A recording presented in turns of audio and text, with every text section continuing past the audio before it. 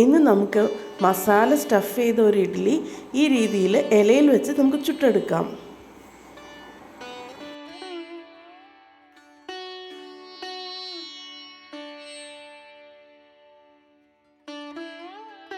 ആദ്യമേ തന്നെ സിമ്പിളായിട്ടൊരു മസാലയാണ് ഉണ്ടാക്കുന്നത്.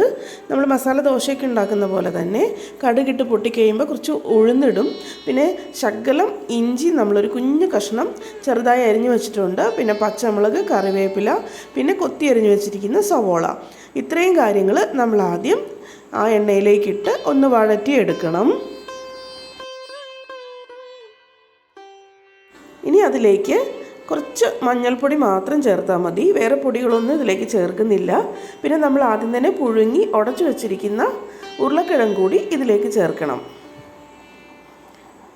ആവശ്യത്തിനുള്ള ഉപ്പ് കൂടി ചേർക്കണം കേട്ടോ. ഇനി ഇത് നന്നായിട്ടൊന്ന് മിക്സ് ചെയ്തെടുക്കുക.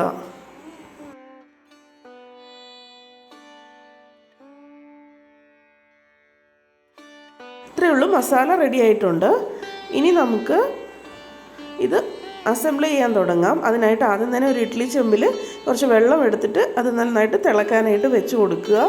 പിന്നെ നമ്മൾ ഇഡ്ഡലി ഉണ്ടാക്കിയ മാവിൻ്റെ ബാക്കി മാവ് പൊട്ടിച്ചാണ് ഇത് ചെയ്തത്.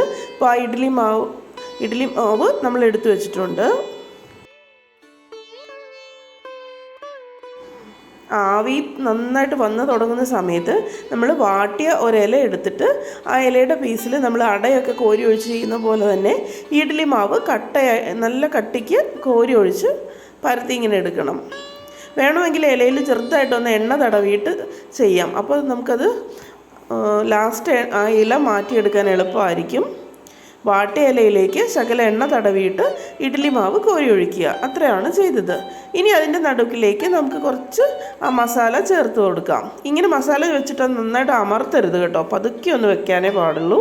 എന്നിട്ട് ആ ഇല ഒന്ന് ഇങ്ങനെ മടക്കി വീണ്ടും നമ്മൾ വല്ലാതെ അങ്ങ് അമർത്തരുത്, ചെറുതായിട്ടൊന്ന് അമർത്തിയിട്ട് ആ ആവിയിലേക്ക് വെച്ച് കൊടുക്കാം. ഒരു 6-7 മിനിറ്റ് ഇരിക്കുമ്പോൾ തന്നെ നമ്മുടെ ഈ ഇഡ്ഡലി റെഡി ആയിട്ടുണ്ട്. ഇനി നമുക്ക് ആ ഇഡ്ഡലി വെന്ത് കഴിയുമ്പോൾ അത് എടുത്ത് വെച്ചിട്ട് നന്നായിട്ടൊന്ന് ചൂടാറിയിട്ട് വേണം ഇത് ഇലയിൽ നിന്ന് മാറ്റിയെടുക്കാൻ.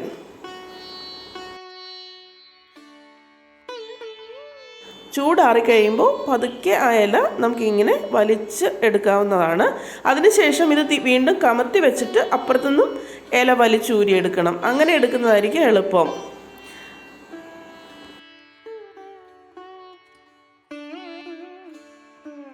ഞാനിവിടെ വീഡിയോയ്ക്ക് വേണ്ടി പെട്ടെന്ന് ആ ചൂടാറാതെ തന്നെ വലിച്ചെടുക്കുമായിരുന്നു. അതും ഇങ്ങനെ ആ ഇഡ്ഡലി വലിച്ചു പൊക്കുന്നത് അത്ര എളുപ്പമല്ല. നമ്മൾ ഇഡ്ഡലി തിരിച്ചിട്ടിട്ട് ഇല വലിച്ചൂരിയെടുക്കുകയാണ് എളുപ്പം. പക്ഷെ ഇതൊരു കൗതുകത്തിന് ചെയ്തതാണെങ്കിലും ഭയങ്കര ടേസ്റ്റായിരുന്നു. എനിക്ക് ഒരുപാട് ഇഷ്ടപ്പെട്ടു. ആ ഇലയിലിരുന്ന് പുഴുങ്ങി വെന്ത് വന്ന ആ ഇഡ്ഡലിയുടെ ടേസ്റ്റ് ഭയങ്കര രസമായിരുന്നു. Thank you.